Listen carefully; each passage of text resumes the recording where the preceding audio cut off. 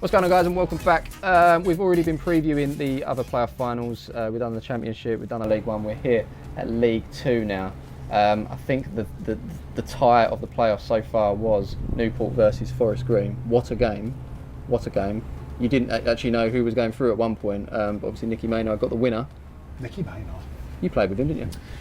Nicky Maynard, yeah, Bristol City. Yeah. Saved a penalty against him. Yeah, Portsmouth. Yeah. He keeps bringing that up every time he sees Nicky. Do you remember all of your penalty saves? They're special for a goalkeeper, aren't they? I remember one of your penalty saves. Go on. For Aston Villa. Go on. Against West Ham. Paolo Di Canio.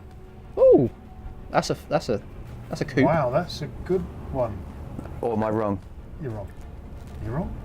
I remember Paolo Di Canio getting a penalty against me where he managed to stretch his foot 3 yards. It was amazing. And we got knocked out of the cup, and then we got back into the cup because... Yes, one of our lads was ineligible.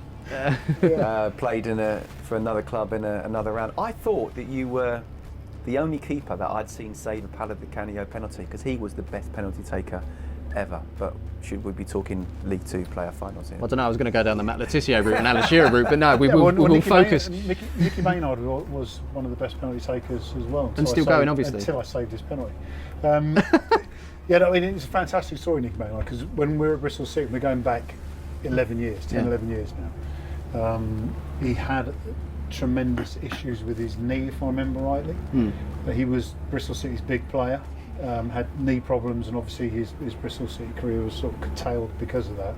But to see him going to Wembley, what a story. Yeah. And another story, obviously Kevin Ellison. Should we talk him? Yeah, let's. Well, first of all, just on the semi-final, there was some great semi-final second legs. There really were, but I do agree that's probably the one, because, you know, Newport after the first leg, you're thinking, right, it's done and dusted. It's not going to happen. Yeah. Suddenly, Forest Green, bang bang. Yeah. You know, it's 2-2, and again, like we thought with Sunderland, Lincoln, you're thinking Forest Green are going to go on and win this, and actually they go ahead again, and the fact that Newport came back. And it looked like, for all the world, it was going to penalties. And the last minute of extra time. Yeah. Because I remember playing in some cup games, and that extra time, you almost might as well not play it. Because everyone's thinking, I don't want to make a mistake here. I don't want to concede a goal. And inevitably, it goes to penalties. But it was a great ball played through. And Nicky did really well with his first touch, and then somehow scuffed it in the conditions into the back of the net, which... yeah, was fantastic. But yes, he's very much a youngster, 34, compared to Kevin Ellison. Spring chicken, 42. yeah. So obviously he's coming up against his old club, Morecambe, in the final. Out of favour there, obviously. Scored against them earlier on in the season. Made quite a scene with their ex-manager who told him he wasn't good enough. Is that going to be going through his mind? Is that going to be giving him... 100%. Yeah? 100%. I think he's already talked about it as well. And look, it's a great story with Kevin Ellison, because, well, first of all, he spent 9 years at Morecambe, scored goals, played so many games, was a hero there, was told that he wasn't going to play, and obviously I don't know the inside story, but had to train with the kids, and he felt he was disrespected. Yeah. So then it looked like he wasn't going to get another club. I mean, obviously age is kind of against him. Yeah. And also with the pandemic, and he said he was putting out CVs for, I say, real jobs. You know, because playing football is not a real job, really. You know, and he was going to be a teacher, I think, to do with SEND kids.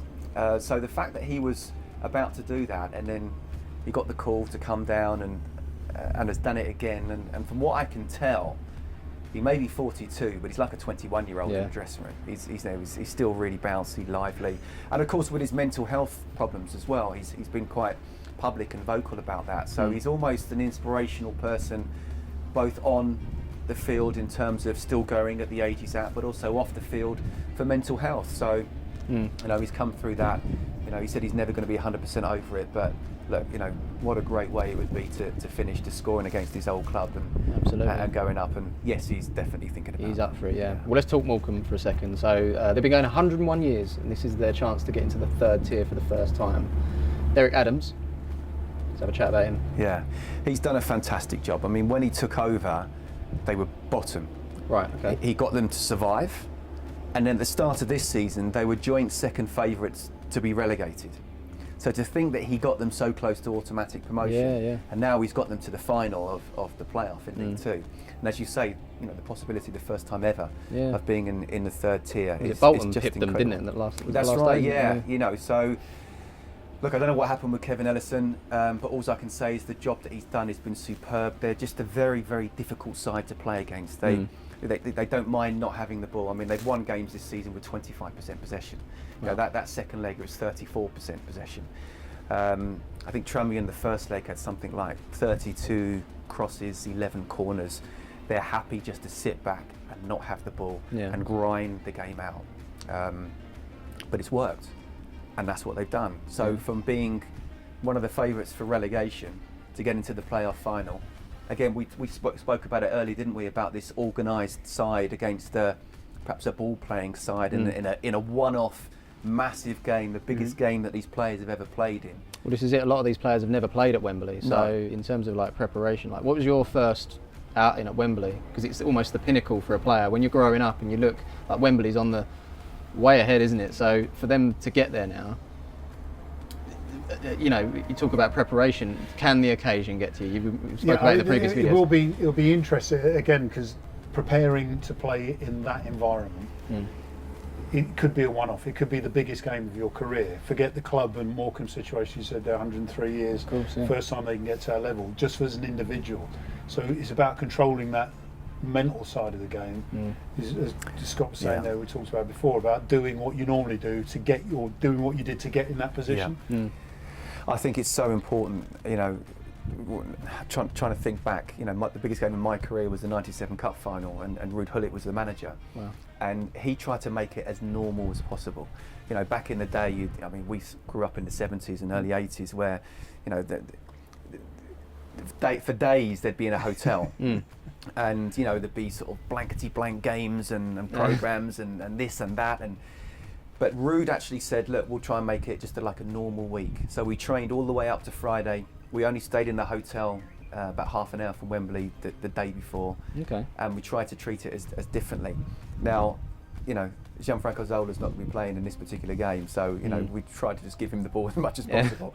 But Jamo's absolutely spot on. The psychology of this, when how many opportunities will these players get in playing at Wembley, and also the impact of which they've just had it touched on in their home games with fans. But having fans at Wembley, now I've been to some games where I went to the Valley earlier in the season where there was 2,000, and you went to Brentford, didn't you? The other day, 3,000 sounds like 30,000. Oh mate, 2,000 it was sounded height, like 20,000. it felt heightened, And it's going to feel in a way like this is an almost packed Wembley. So that atmosphere as well, where you haven't been used to that really as a player over the last 12 months. It's about the person, I believe, the players and the team that can handle the occasion here. And again, as we talked earlier about the team that has the least variables in terms of, right, if you're going to go far away, how easy is it to play your game? And for me, I think this is a really difficult one for me to call. I kind of pretty much knew for Championship and League One, this is the hardest one for me to call. And I'm probably going to go for Morecambe just because I think that they do play that defensive sit in. This could go extra time and even pens on this one. But I think that definitely one goal was the difference here, no more than that. And you're leaning towards? I said at the start of the playoffs I thought I'd go for Morecambe, so there's no reason why I would change my mind. Although I could easily, when you look at, you know, how well Michael Flynn's done and Newport and they have match winners, and they also have match winners who can come off the bench, as we saw in the semi-final. That's a big difference as well. It really is 50-50, but I'm not like you. I don't sit on the fence. I'm going to go for Morecambe. Okay. Well, I'm going to give a slight nod towards the previous league games. I know we say that this is a one-off game, but Newport coming into this did win both league games. I think that Newport will take that, again, depending on the managers and how they approach the game. If they approach it completely different to the way they approach all the other games, this is a big occasion. We'll just say, look guys, you know, this is what we did last time against this team. This is how we're going to do it again against this team. And we'll just do it at Wembley. and they'll Well, remember. the last game it was 3-1 in March, so it wasn't too long ago. It's So, fresh in the memory. Fresh in the memory. I can take it from a Sunday league right back. Wasn't the best at all.